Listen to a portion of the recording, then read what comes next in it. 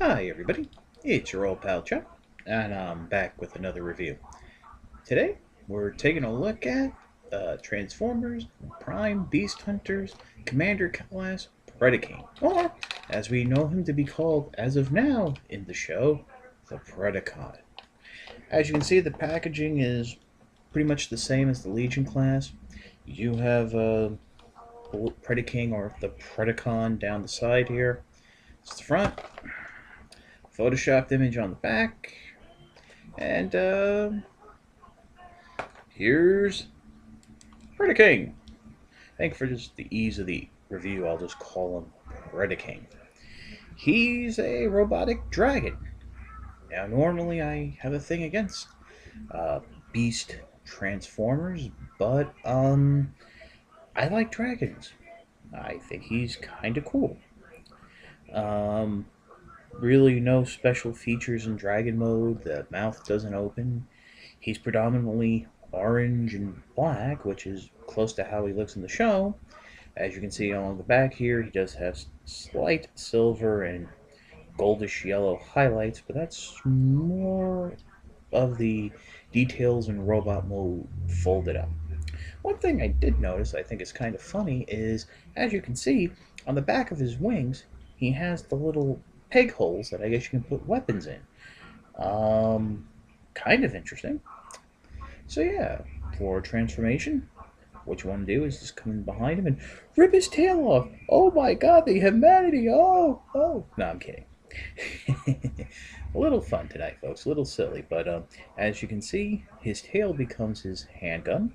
It is a pressure-loaded missile launcher, and you're just gonna, just like that. You know how these things work. The more force you push on it, you have the touch. You can really get some, nice shots out of it. But it is what it is. Unfortunately, I think I would have preferred it being sword, but eh. So, continuing with transformation, let's start and just go ahead and split the rear section ever so slightly. And in doing so, fold the legs out. Well, I should say fold the back out, when it'll become the legs. And then, much like the Voyager class figure, you want to fold the dragon legs up behind and pop the leg back onto the hip joint. If you, like me, just knocked it off. So do that. And then you can just go ahead and flip the feet down. You have some nice heels back there, but stand the guy up. And you have something that looks like a walking dragon type of deal. So let me adjust the camera ever so slightly. And yeah, we're going to move on.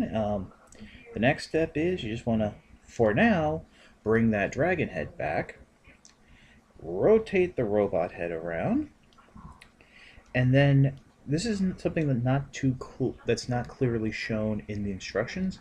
You want to lift the shoulder and arm sections on these gray joints. I don't know if you can see them, but so the arms stick out from the body. And then you can just go and straighten the arm out, rotate the dragon's paw around, and rotate it at the forearm to reveal the hand. We'll do the same on this side. Straighten the arm out, straighten the dragon's paw, do like that. Want to just bring up his dragon's wings from behind. They're on ball joints. Also, you can bring up his shoulder pads. Again, that's more preferential to taste, how you want to position him. Now, we're going to turn him around. This is where things get interesting. This is how the figure is packaged, with the head like that. The instructions show you to split said dragon's head and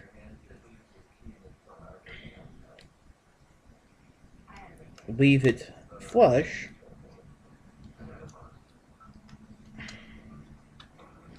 against the body. Just like so. Actually, think a little further down and flip it down like that, and something like this. Now, the back of the packaging shows an alternate way where you can. Now, this is a little tricky. You gotta flip the backpack around over the peg and then proceed, and then you can, on the ball joint, rotate the dragon's head. So, up over the wings. So you have like a double wing type of thing with his dragon's head coming over his shoulders. Most people prefer that style of posing the dragon's head. And I do too. For articulation, the as I mentioned earlier, the dragon's wings are on a ball joint, but they're somewhat limited to what you can do. Shoulder here is on a ball joint, just move it around. Arm can bend one single joint at the elbow and can rotate at the forearm, but that's a transformation. Hips. Hips are a little bit of a problem. A little loose for my taste. I mean, like Ironhide, they're at that cusp where if they were a little bit looser, he'd be a floppy mess. But ball jointed hips with a single jointed knee, and there is some ankle pivot for articulation. You can go ahead and peg the weapon in his hand. Unfortunately, due to the length of the missile, you might have some difficulty positioning the arm, bent at the elbow, but he can hold it like this. I know some people have gone ahead and cut the end of the missile off, but I'm not one for modding my toys, especially something I can't undo. For the details, as you can see, we have a little more yellowish gold along the stomach and knees. These were the highlights here in the back of Dragon Mode. And yeah, that's about it. Almost forgot to mention, even though you saw in the transformation, head can rotate side to side. That's about all. Between the various Predakings that are out there now, being this guy and the Voyager, I tend to like this guy a little bit more. The Voyager one looks a little more fiddly. I've heard of issues with the dragon's legs being put on the wrong side. He has that double dragon launcher that's not accurate to the show model. He has difficulty holding his weapons, and this guy's a little cheaper, and is a little bit closer to the screen.